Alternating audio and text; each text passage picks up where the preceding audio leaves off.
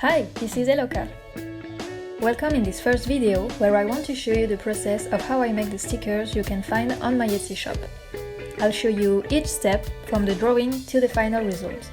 I hope you'll find it interesting and that it can inspire you to make your own.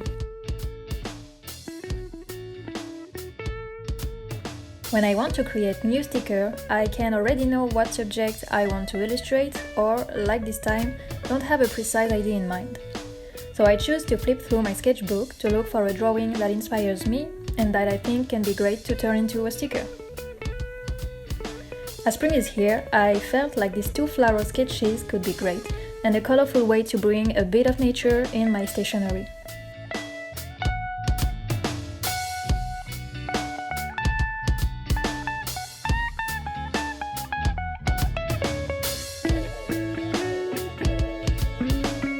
As I always draw my stickers digitally, I start by opening Procreate. I really love this software because it's easy to use and very efficient. And the good thing is also that you only have to pay it once, like 11 euros I think, and you're good to go. So I use it on a second-hand iPad Pro from 2018 with the first generation Apple Pencil. So I'm used to start with the squared canvas of 2040 pixels in CMYK profile, as it's gonna be a printed illustration, and I use a resolution of 300 dpi. I took photos of my sketches so I have a base to refer to, and I start by drawing the lines of my illustration with the dry ink brush. I really love this one because it gives an uneven and textured look to the line. All the brushes I'll use this time are default brushes you can already find in Procreate.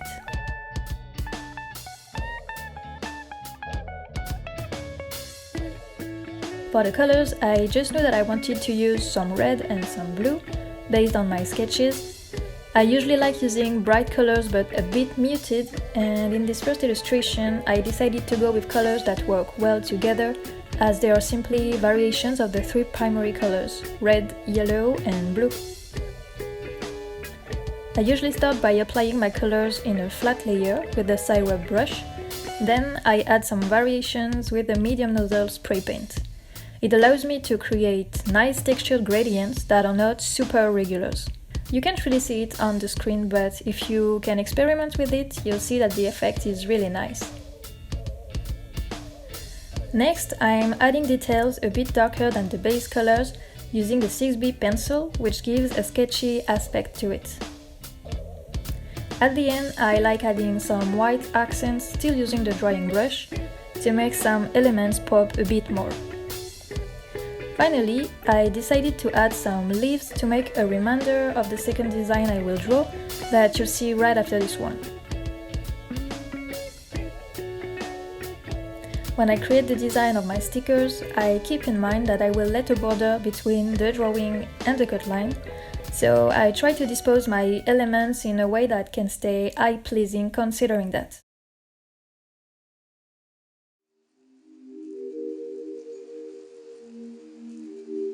For the second drawing, I go with this composition of blue leaves and red poppy petals. And I picked the colors from my previous drawing because I wanted them to be able to work as a set.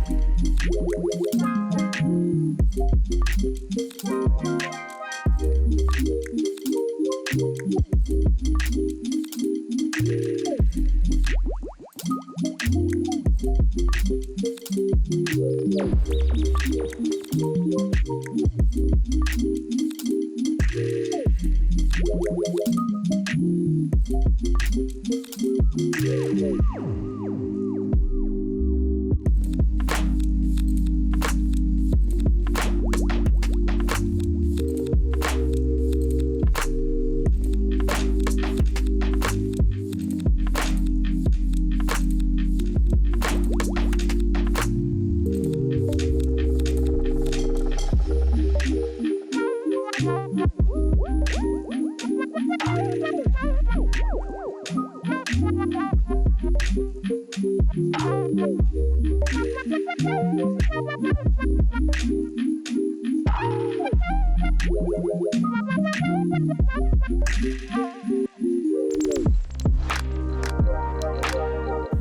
I add this little red dot to remind the color of the puppy and finish the drawing.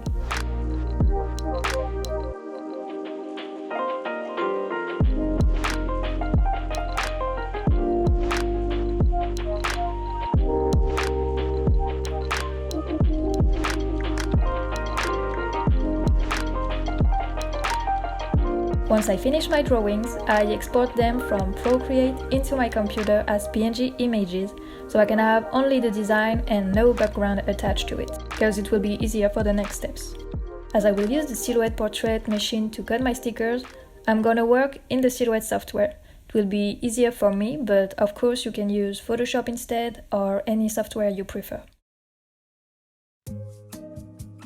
So I open an A4 document as it will be my final printing size, and I import my two designs to do a first test print, which will allow me to determine the right size for my stickers and also check if the colors are correct.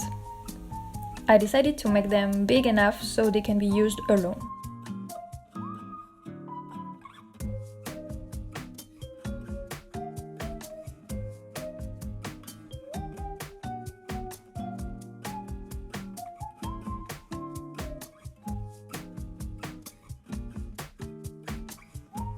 When I'm happy with this, I go back into the Silhouette software and I activate the registration marks that the machine will use to calibrate my paper later, and I create the cut lines around the designs.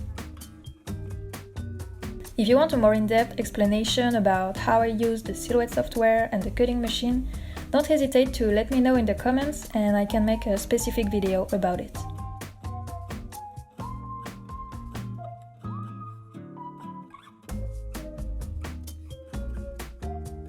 I like to let a 2mm border because I think it helps to bring out the sticker.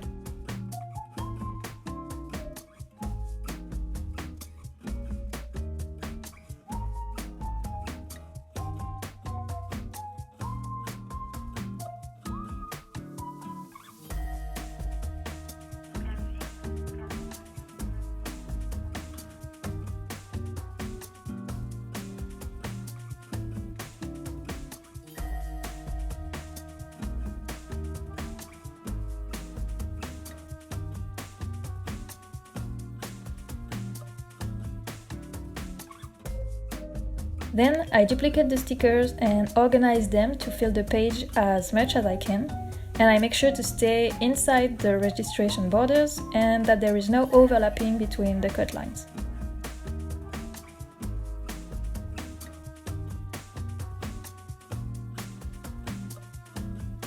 For the papers, these are the two I like to use the most. They are both waterproof, glossy vinyl.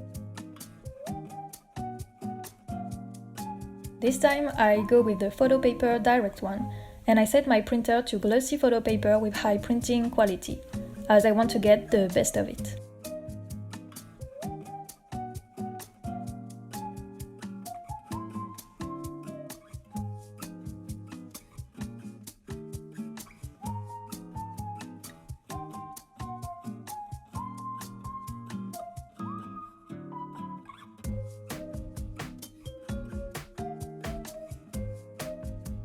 Once my stickers are printed and everything's good, I put the sheet on the sticky mat that will support the paper in the cutting machine. If you are using the mat for the first time, I really recommend you to use a piece of fabric to take away a bit of the stickiness of the mat, because if not, your paper might rip off when you take it out. That's what happened to me at the beginning, and I wasted a few sheets of paper like that.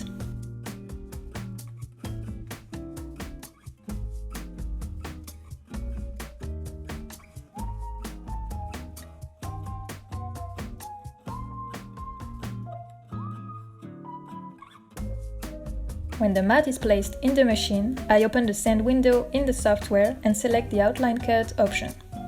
Then I enter the settings I want to use for this paper in particular. There is already a big list of presets in the software, but I really encourage you to make various cutting tests by changing the depth of the blade, the force and the speed, to find the best settings for your own paper.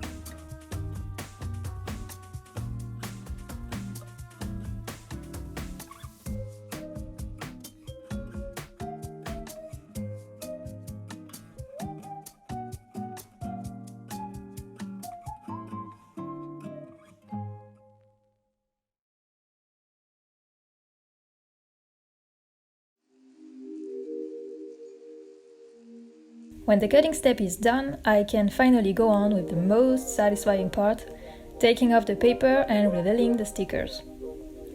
To peel off each sticker, I prefer to bend the mouth rather than warping them to avoid any damage.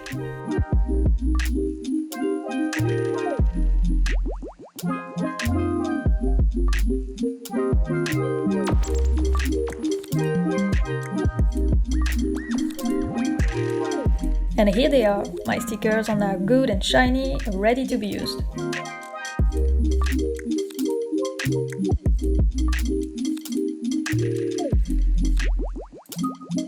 If you are interested in these stickers, you can find them on my Etsy shop right here.